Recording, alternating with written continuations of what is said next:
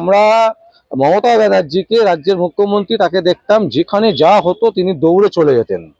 তো এইবারে যেটা আমরা দেখলাম আশ্চর্যজনকভাবে আনন্দপুরে, হ্যাঁ, দুটো গোডাউন একেবারে পুড়ে গেল, বহু মানুষ নিহত, বহু মানুষ আহত এবং বহু মানুষকে খুঁজে পাওয়া যাচ্ছে না। এখনো পর্যন্ত মমতা ব্যানার্জি কিন্তু সেখানে পৌঁছলেন না। দু তিনজন মন্ত্রী আমলাকে পাঠিয়েছেন ঠিক কথা, কিন্তু তাদের ওপর কি রাজ্যের কোনো ভরসা আছে? কি বলবেন? না দেখুন, একটা কথা, ওখানকার মানুষ কতগুলি লেডি বলছিলেন আজ মাননীয় মুখ্যমন্ত্রীকে যে তারা পছন্দ করেন, তাতে তাদের ভাষাতে আজকে প্রকাশ করেছেন ডাইরেক্ট মিডিয়াতে। কি এত বড় একটা দুর্ঘটনা হয়েছে, সেখানে মমতা ব্যানার্জি আসেন। দেখুন, রাজ্যের মুখ্যমন্ত্রী উনি, ওনার অনেক কাজ থাকেন। উনি একটা জায়গায় লোক পাঠিয়েছেন, ওনার প্রতিনিধি অনেক গেছেন, অনেক মন্ত্রীও গেছেন, যাবেন, মমতা ব্যানার্জিও যাবেন। এটাও আপনাদের কাছে এই চ্যানেলে অ্যাসিওর করছি। 2 নম্বর কথা হচ্ছে কি, দেখুন এত দেরিতে কেন? মানে আগে তো তিনি প্রথমে যেতেন। দেখুন হয়তো কোনো কাজে আটকে আছি, জানেন সামনে ইলেকশন, এখন অনেক কিছু নিয়ে এসআইআর নিয়ে এখন এই আমাদের সরকারের উপর অনেক চাপ সৃষ্টি করছে। সিঙ্গুরে যেতে পারছে আর এখানে আনন্দপুর যেতে পারছে। সিঙ্গুরটা নিয়ে হবে খেলা হবে, এবার টি20 ম্যাচ হবে। আমি তো বলছি খেলাটা ফুটবল খেলা নয়, এবার টি20 ম্যাচ হবে। যে টি20 ম্যাচে আমরা মানে 400-র উপর রান করে দেখিয়ে দেবো। না সেটা তো বুঝতে পারছি, কিন্তু সিঙ্গুরে যেতে পারছেন মমতা ব্যানার্জি, আনন্দপুর যেতে পারছে না। যাবেন, আমার কাছে খবর আছেন উনি যাবেন, রিসেন্টলি যাবেন।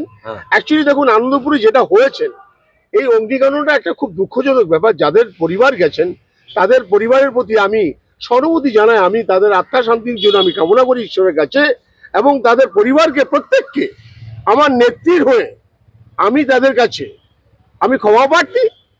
নেত্রী যাবেন, আপনাদের কথা শুনে যাবেন, নিশ্চয়ই যাবেন, আপনারা মানে মাথায় রাখবেন। সুজিত বসু কি করছে? দেখুন, সুজিত বসুর কথাটা দমকল মন্ত্রী, মানে মানে কোনো ইয়ে নেই কোনো জায়গায়। অ্যাকচুয়ালি ঘটনা দেখুন, ওখানে আগুনটা লেগেছে একটা, ওখানে একটা ডেকোরেশনের একটা কারখানা ছিলেন, মানে একটা গোডাউন ছিলেন। ওই গোডাউন থেকে আগুনটা ফার্স্ট লাগার পরে তখন এই কারখানাতে মানে স্প্রেড করে আগুনটা। এটা কিন্তু কেউ লাগায়নি। এখন ওই আপনার ডেকোরেশনের যে ওদের যে গোডাউনটা আছে, কি করে এরা আগুন লেগেছেন সেটা এখনো মানে এটা ইন্সপেকশন চলছেন, ইনকোয়ারি চলছেন। এখন আমি এটাকে আগাম কিছু বলতে পারি না কিভাবে এটা আগুন লাগলো বা কেউ লাগানো হলো। বিভিন্ন জায়গায় তখন না মানে অভিযোগ আছে এই দমকল মন্ত্রীর নেতৃত্বে মানে জলাভূমি বুঝিয়ে দিয়ে সেখানে ফ্ল্যাট হচ্ছে, বিল্ডিং না, সেই কথাটা আপনার সঙ্গে আমি একমত। আমি তো এর আগে অনেকদিন আগে আমি বলেছি, এই সুজিত বোস উনি একজন মানে রোল বিক্রেতা। ওনার প্রথম জীবনে উনি এগ রোল বিক্রি করতেন। আমরা ছোটবেলা ওই এগ রোল ওনার দোকানে খেতে যেতাম। নাম্বার 1। নাম্বার 2 হচ্ছেন, পরে এসছেন মানে উনি প্রমোটিং লাইনে, এখনো সে প্রমোটিং মানে আছেন, লাইনে আছেন।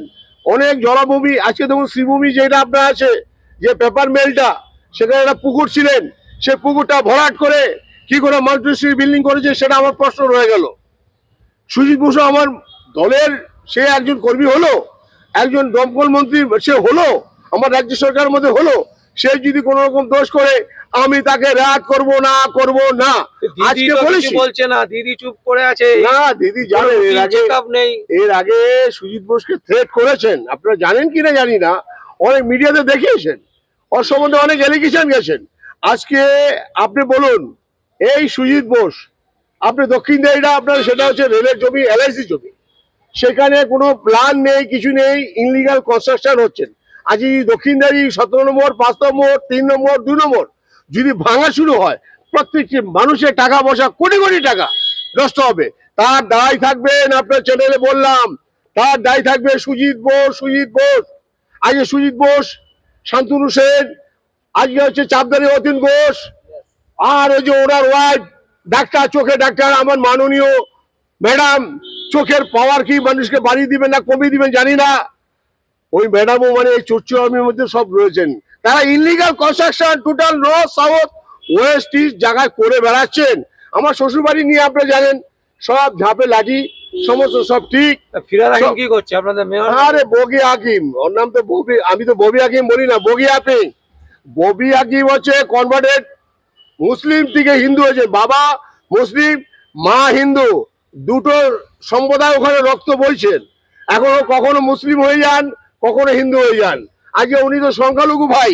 দেখুন, আমি একটা কথা বলি আপনাদের কাছে, সবচেয়ে বড় কথা, দুদিন আগে আপনার খবর দেখেছেন, মোহাম্মদ সেলিম, আজকে সেলিম, মোহাম্মদ সেলিম খান, আব্দুল্লাহ হোসেন, ব্যাপারী, হুজুর, এরা আজকে সারা পৃথিবীতে আর সারা পশ্চিমবাংলায় আগুন লাগিয়ে বেড়াচ্ছে।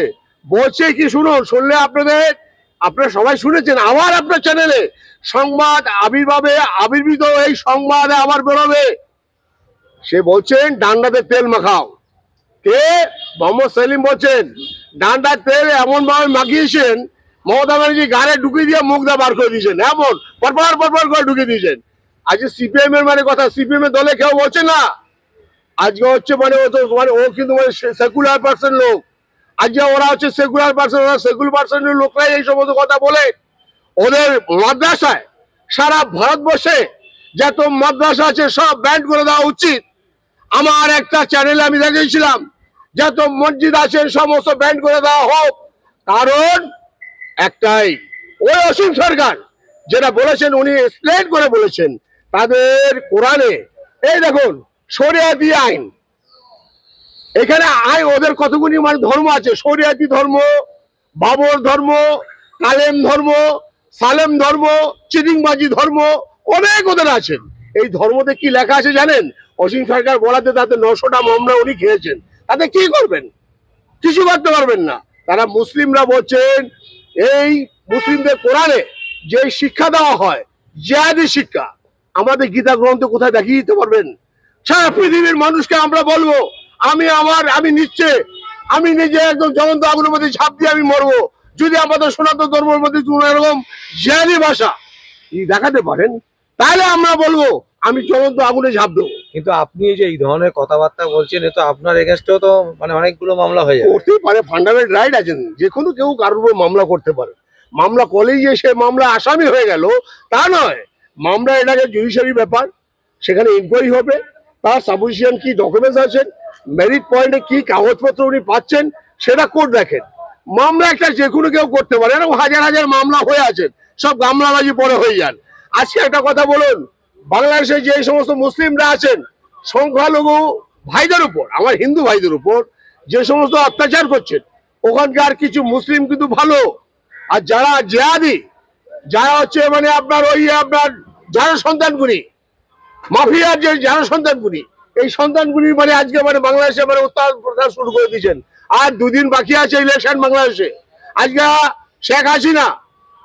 শেখ হাসিনা নির্দল হিসাবে মানে এখানে প্রার্থী দিতে হবে, কারণ সুপ্রিম কোর্টে ওনার বিরুদ্ধে মামলা করেছেন, দলটাকে ব্যান করে দিয়েছেন। তাতে কি হয়েছেন? আজকে ওখানকার জিহাদি যারা আছেন, আজকে যারা মৌলবাদী যারা আছেন, আজকে ওখানে মানে বাংলাদেশে আপনি খবর নেন, প্রত্যেকটি চ্যানেল খুলুন, আমার কথার সঙ্গে মিলে যাবেন। না মিললে তখন বলবেন আমাকে। বাংলাদেশে উত্তাল পাতা শুরু করে দিয়েছেন।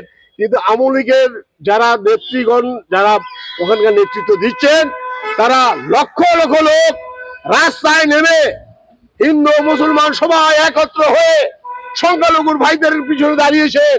আজকে চিন্ময় কৃষ্ণ প্রভু সে তার বিচারকের কাছে বলেছেন যে আমি একটা মাছ মাংস আমি এটা কিছু খাই না, কিছু কাটতে আমি দেখলে আমার মাথা খারাপ হয়ে যান, আমি কাউকে মারতে পারি। আমাকে আজকে মিথ্যা মামলা দিয়ে আজকে আমাকে জেলবন্দি করে রেখেছেন। এই কোথাকার বিচার, কোথাকার আইন? আজকে সেই জায়গার একটা কথা বলছি, একটা কথা আপনারা জানবেন, এই কথাটা আমি আপনাদেরকে বলবো। চিন্ময় কৃষ্ণ প্রভুকে কি করে আটকিয়েছেন সেটা আমরা জানি। চিন্ময় কৃষ্ণ প্রভুকে ওনাকে ছাড়তে হবেই হবে। আজকে একটা কথা জানবেন, সারা পৃথিবী জুড়ে যত হিন্দু আছেন তারা মানে সবাই একত্র হবে, ইউনাইটেড হবেন। আমি বলতে চাই এটাই, সারা ভারতবর্ষে যত ইউনাইটেড হিন্দুরা আছেন প্রত্যেকে ইউনাইটেড হন। আরেকটা কথা, আজকে সিপিএম মানে এই সমস্ত কথা বলছেন উস্কানিমূলক না, সংখ্যালঘু ভাইরা বলছেন। ওই আপনার হুমায়ুন কবির, আবির, তারপরে যে চাপদারি বাচ্চা ছেলে যে নওশাদ সিদ্দিকী আইএসএফ, এরা সব এক জায়গায়, সব রসুনের কুয়ার পথ কিনে এক জায়গায়। হিন্দুরা বুঝে গেছেন মুসলিম দল আইএসএফ, এই দল সেই দল, সব এরা মানে চাইছে লুটে বুটে খাওয়ার জন্য। অত সহজ নয়। আমি সেখানে দলমত নির্বিশেষে একটা কথা বলবো, বিজেপি ছেড়ে দেওয়ার পাত্র নয়। বিশ্ব হিন্দুর লোক হোক ছাড়বেন না। মোহন ভাগবত রেডি হয়ে বসে আছেন, ধরবে, কচু কাটা করবে। আজকে মানে হিন্দুত্ব জায়গায় থেকে হিন্দুদের উপর মানে এই ধরনের কথাবার্তা, অনেক হুজুর মাওলানারা বলছেন এরা হিন্দুস্তান, হিন্দুদের সঙ্গে থাকতে হয়, কাঁধে কাঁধ মিলে থাকো, নাহলে এই দেশ থেকে তাড়িয়ে যেতে হবে, বিতাড়িত হতে হবে। আজকে এই করে আপনাদের কাছে আমি বিদায় নেবো। আমি দুটো কথা বলবার, আমি আর দুটো কথা বলবো। আজকে জানেন রানাঘাট থানার যে আমার নিজস্ব মামলা যেটা, সেই মামলার আজকে পরিণতি কি হয়েছেন, এডিশনাল এসপি থেকে এসপি সাহেব তারা দেখেছেন। আজকে ওখানকার কোর্ট নড়েচড়ে বসেছেন। ও আমি শুনলাম আজকে আমার জুনিয়রের কাছে ওরা গেছিলেন মানে যে ওখানে নোটিশন নিতে, আমার মিসেস যাকে পাওয়ার দিয়েছেন তার কাছে গেছেন। সেখানে গিয়ে তাকে বলছেন নোটিশ, বলে না না আমরা তো মানে যে পিটিশনার তার হয়ে আছি, আমি স্যারের ওয়াইফের হয়ে আছি, আমরা কেন দেবো না, ওরা ডিসিআই যাবেন, ওদের কাছে বলে ফেলেছেন। আজকে ডিসিআই যাক যেখানেই যাক, 5 জন আসামি এখন আছেন। ওই জগদন্দ কর্মকার, বিশ্বজিৎ কর্মকার, ওই ওষুধের কোম্পানি এবং ওই তুতুন বল, আরো 5 জন আছে, আসলে আরো আছে। এই মামলা এখনো ইনভেস্টিগেশন শেষ হয়নি। আজকে রানাঘাট থানার ওসি তন্ময় বাবু আর হচ্ছে চ্যাটার্জি, হচ্ছে মানে সঞ্জয় চ্যাটার্জি, এই যে অসাধু একটা পুলিশ, এই যে ওসি একজন অসাধু মানুষ, দাঁত কামড়িয়ে কামড়িয়ে লোক। আজকে মানে জানেন যে দাঁত কামড়িয়ে কথা বলতো অনিল বিশ্বাস, দাঁত কথা বলতো, এই তন্ময় সেভাবে দাঁত কামড়িয়ে কথা বলে, বদমাস একদম। এর মতো ওসিকে জেলে থাকা উচিত। আর রাজ্য সরকারকে বদনাম করার জন্য এই ধরনের পুলিশকে রাখা উচিত না। ওদেরকে পুলিশ লাইনে পাঠাও, পাঠিয়ে ওদেরকে শোকাজ করো, তারপরে ওদেরকে সাসপেন্ড করো। না হলে আজকে ভারতবর্ষে না, পশ্চিমবাংলায় আমি নিয়ে বলবো, পশ্চিমবাংলায় আজকে মমতা ব্যানার্জিকে প্রত্যেকটি মুহূর্তের জন্য মানুষের কাছে কথা শুনতে হচ্ছে। এই ধরনের ওই অভদ্র, ওই অসভ্য পুলিশ অফিসারদেরকে নিয়ে মমতা ব্যানার্জি কি তোমাকে ওসি করেছে এই জন্য? একটা এত বড় গ্রেভিয়াস মানে মামলা, তুমি বলছো যে মামলাটা মানে এখানে ফৌজ করেছে। আমরা বলি মামলাটা তো তুমি করেছো ভাই, তুমি তো ইন্টারলোকেট করেছো, মানে আমার মিসেসকে হয়তো 30-35 মিনিট তুমি ইন্টারলোক করেছো তোমার চেম্বারে, তারপর তুমি এফআইআর স্টার্ট করেছো। কত বড় অসাধু, বুঝতে পেরেছেন? এ কি ওসি আমি জানি না।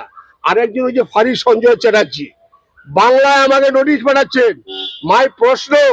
মাই কোশ্চেন, একজন মানে এডিশনাল এসপি, একজন এডিশনাল ওসি, একজন মানে হচ্ছে ওসি, একজন ফারারি, একজন ওসি, সে ইংলিশে স্পিকিং করতে পারেন না, বাংলায় সে নোটিশ করছেন। বুঝুন সে চাকরিটা কি করে পেলো, তার আমার মনে হয় সার্টিফিকেটটা দেখা উচিত। এই চুরি চামারি করে চাকরি পেয়েছি কিনা। আমি এর আগে অনেক বাইক দিয়েছি, এই পুলিশের চাকরি হোক, কর্পোরেশনের চাকরি হোক, স্বাস্থ্য ভবন হোক, অনেক এরকম চুরি চামারি করে চাকরি পেয়েছে। তারা যোগ্যতা না, তাদের যোগ্য নেই। তাহলে আমি বলবো নেত্রীকে বদনাম করবেন না আপনারা কেউ। উনি বিচক্ষণ মানুষ, আনন্দপুরে উনি যাবেন, আনন্দপুরের মানুষকে আমি মানে অভিনন্দন জানাচ্ছি। আপনাদের কথা রাখবেন, নেত্রী যাবেন, আপনারা এই খবর দেখবেন। যেদিন যাবে আমাকে আপনারা মানে একজন চ্যানেলে এসে প্রত্যেকে আমার এই কথাটাকে সম্বোধনা জানাবেন। নমস্কার।